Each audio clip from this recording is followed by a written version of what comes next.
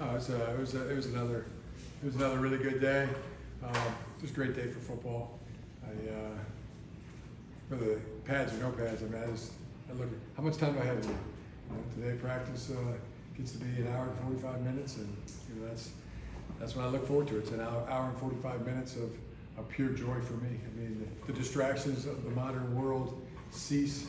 I have no cell phones to answer. I just to get to go out there, sun shining, cool breeze coming in off of the ocean, and get to interact with the players, the coaches, all of us who have a love and passion for the game of football. So yeah, it's just a gift, and then the excitement, the work, the challenge, all energy, all goes into making it a better day today than yesterday. So tomorrow I get 2 hours of that pure joy, where I don't have to be inside. I get to be out.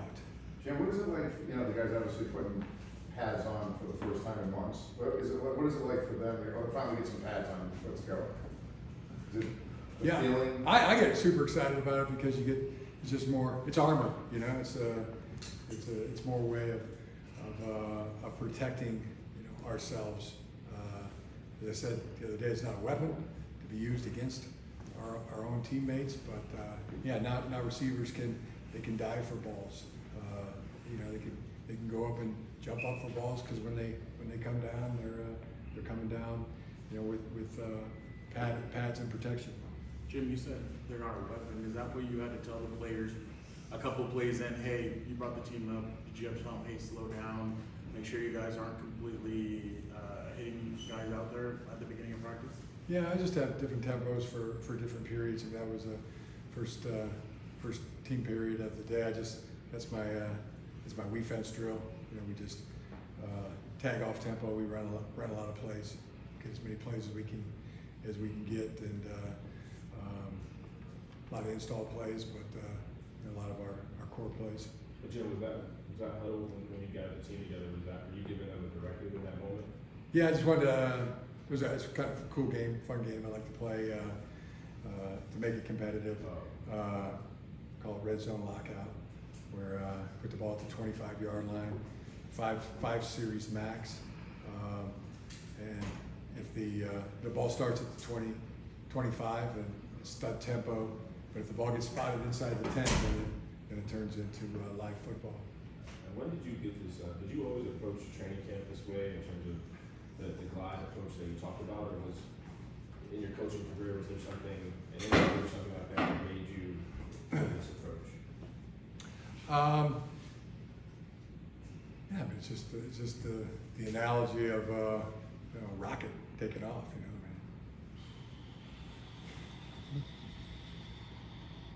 And then before you know it, boom, or a plane going down the runway. Starts at a dead stop, and then it builds up speed, gets faster, going so fast that it just has to leave the ground, and then there's a little bit of a glide that takes place even then, and then before you know it, you're up to 30,000 feet. And have you always had this approach to kill? In terms of like taking it easy? Glide theory came in 2012, August of 2012. That was invented, named. Where did it come from? Did you just where you just created it, or did anything happen for you to begin the glide theory? Mostly came. Humility prevents me from saying that it came from me, but me and my dad Jack Harbaugh, went back and forth and came up with that and named it. Going back to the red zone, inside the 10, it was going to be live. Was that only for like the twos and threes? Twos and threes, because the starters got in. Yeah, inside the 10, and you went walkthrough, I think. Yeah, walkthrough for the ones when they got there. Just they're on different levels, like the twos and threes. They got more plays coming in the game a week from Saturday than the ones do. So just build them up in stages. You had one live play with the threes earlier in practice. Was that like a planned, or did you just like feel it in the moment, like we're going live here, or was it always going to be like that play was going to be live? Yeah. So is that it's great it's just awesome that you're interested in this stuff. I love it. That was a third down, called play the next, third down, play the next. So it's that was a 3rd and 7, I think, that ended up going to a 4th, and then we converted the 4th, and then we played the next, which was a 1st down, and then a 2nd, and then it got to 3rd and 2. So 3rd and 2, I just have to make those, in my mind, make those short yardage and goal line period, or play, that down, short yardage or goal line, to me can only be done walk through or live. You know, there's no in between. There's no thud tempo for a short yardage or goal line play. So yeah, it's 3rd and 2. Let's make it live. You had a good look for the O-line, D-line one-on-ones? Yeah. What'd you make of that period? It was really good. I thought both. Somebody asked me who won, and I don't know. We're gonna have to go to the tape to figure that one out. It was good give and take. You know, both sides. It was some guys really stood out. I had a young guy that really stood out in my mind. I mean, Tyler McClellan. I mean, yeah, way to go, Tyler. You know, two really good reps that he had.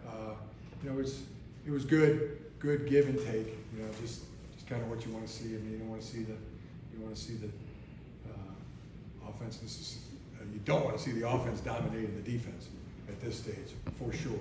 And you could have the defense dominating the offense in these early stages of camp, and I'd be okay with that. But it was really just like the reflection of the whole practice. It was good give and take on both sides. Joe had a couple reps there against Joey. His first real, I guess, NFL pass rush situation, pass protection situation. Yeah. What'd you think of his reps against Joey Bosa there? Acquitted himself well. You know, I mean, this would be like the defense, you know, or one of the sides. Just, you know, yeah, you're going to be better than us right now. You know, Joey Bosa was going to be better, but I thought Joe Alt acquitted himself well. Hey Jim, in terms of the defensive tackles, you obviously have Kuna and Morgan as the veterans, and you have a bunch of young guys. What have you made from their development so far in training camp? I've been thinking it has a chance to be and on track to be a strength for our team. Yeah, I feel that's how I feel. Puna's really helped. Morgan Fox, Scott Madlock, Petito. You know, I think that's a heck of a group right there. And you know who that 5th guy is. There's some competitive waters that are warm right now, but I like where it's going. Coach, the defense was flying around here, making a lot of plays, making it tough on the offense. Is that how it usually happens when it comes to training camp? The defense kind of starts off a little faster. Historically, yeah. It does. You know, I'm not going to speculate on why that is. I mean, it just usually is that way. Coach, you've been around some fantastic linebackers throughout your tenure. What are you seeing out of Dayon Henry? Pardon? Dayon Henry? Oh, yeah. Love him. It's the movement skills that just jump off the page. You know, very much like a safety in a lot of ways. But yeah, I feel like he's got the license and the ability to be a really great player in this league. And everywhere you've gone, your offensive line has been characterized by intellectual barbarism. What is it about the offensive line that how you go about molding the offensive line? How does that fit your personality? Well, mostly it's everywhere I've been fortunate to have really good players on the offensive line, and it just goes for that. There are no good coaches without good players. I mean, that goes for the team overall. Yeah, really been blessed to have good offensive linemen. You know, the key there, and probably back to the earlier point, is you know, that is a group that it's 5 players that have to play as one. Jim, you guys are obviously based here, but there's 3 other teams from the NFL or in the greater Southern California region for training camp. Just in your eyes, what makes this a great area to hold camp? I don't know. I mean, I'm already aware that there was other teams moves around about a submarine over here. I guess it's a submarine with people watching. That's been cool. I've been really excited about that, and I love the energy that so many people are bringing. I mean, there's our families. My kids have been out to several of the practices. My wife, and just the excitement and the energy that the fans have been bringing to this just makes it better. Just takes it up even more of a notch. So cool to watch the Saturday's practice. Anybody here for Saturday's practice? Did you see after practice that every player on the team went signed autographs? And, Even you? Huh? Oh, Even you? yeah. Well, I'm always glad somebody wants it.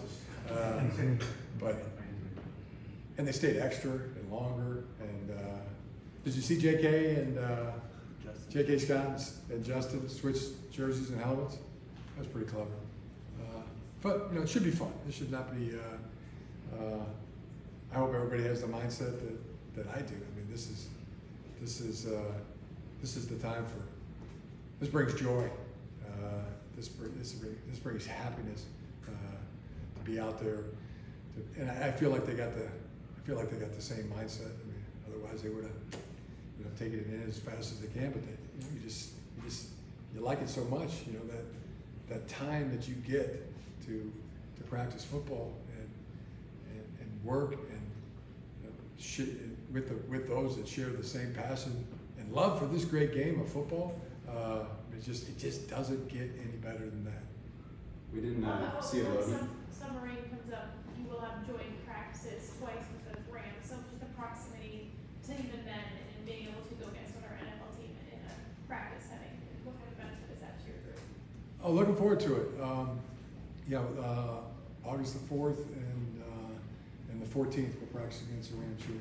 So We didn't see Alohi after. Is he working through something? the team got bigger and stronger. Well, we had and his wife had a baby. Oh. Congratulations.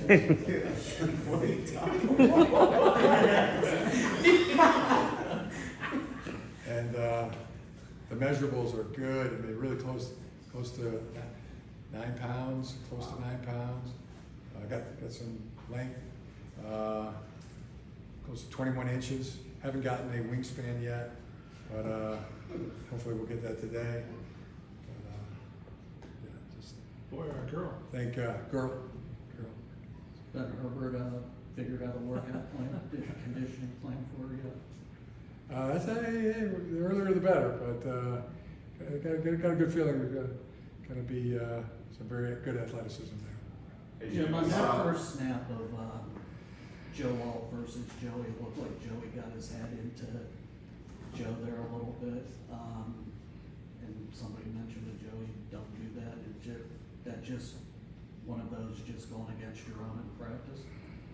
Oh, that first team period? Yeah. Yeah, that was a tempo violation. Yeah, that was a bull rush in a segment of the tempo that didn't have that element to it. How did I think I was the one who said something. I remember that.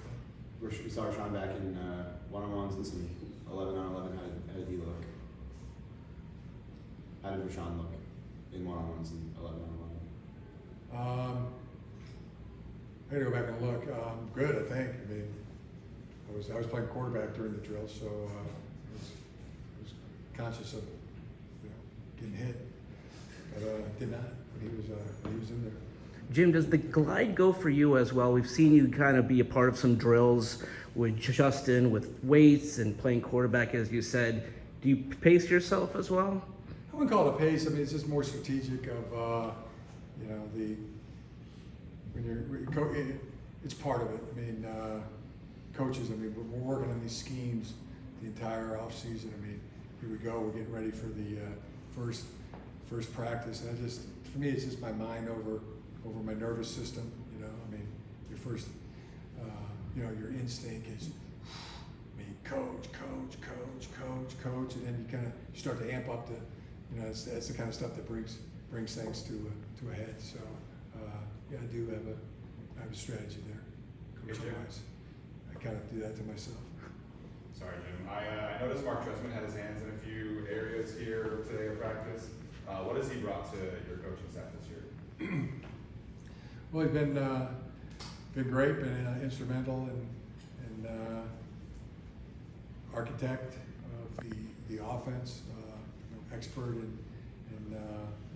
in the game of football, both sides of the ball.